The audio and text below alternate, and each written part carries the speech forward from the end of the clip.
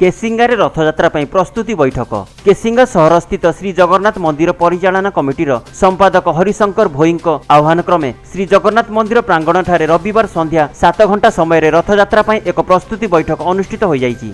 यह बैठक में रथ निर्माण ठारू आरंभ करी बाहुड़ा यात्रा पर्यंत नीतिकांति सहित किपरि सुचारू रूपे और शांति श्रृंखला सहित पालन करा एवं रथयात्रा समय बहु भक्तों जनगहली को दृष्टि रखी शांति श्रृंखला स्थानीय पुलिस सहायता और कड़ा सुरक्षार व्यवस्था, ट्राफिक समस्या, सहर परिमल व्यवस्था, पानीय जल जोगाण, विद्युत सेवा आदि सहयोग विभागीय अधिकारी पूर्ण सहयोग अनुरोध प्रस्ताव ग्रहण करा जायथिला। एही कमिटीर सभापति डाक्टर हेमसागर साहा सभापतित्व में समस्त कार्य आरंभ करा जायथिला एवं सभापति वार्षिक विवरणी पठन करथिले। एथिरे कोषाध्यक्ष खगपति साहा, गजलक्ष्मी पूजार सभापति अभय दास, संपादक प्रद्युम्न केसरी राव, नारायण पाड़ी, रमेश पट्टनायक, रमेश जेना, कार्यकारी समस्त सदस्य प्रमुख जोग दैथिले।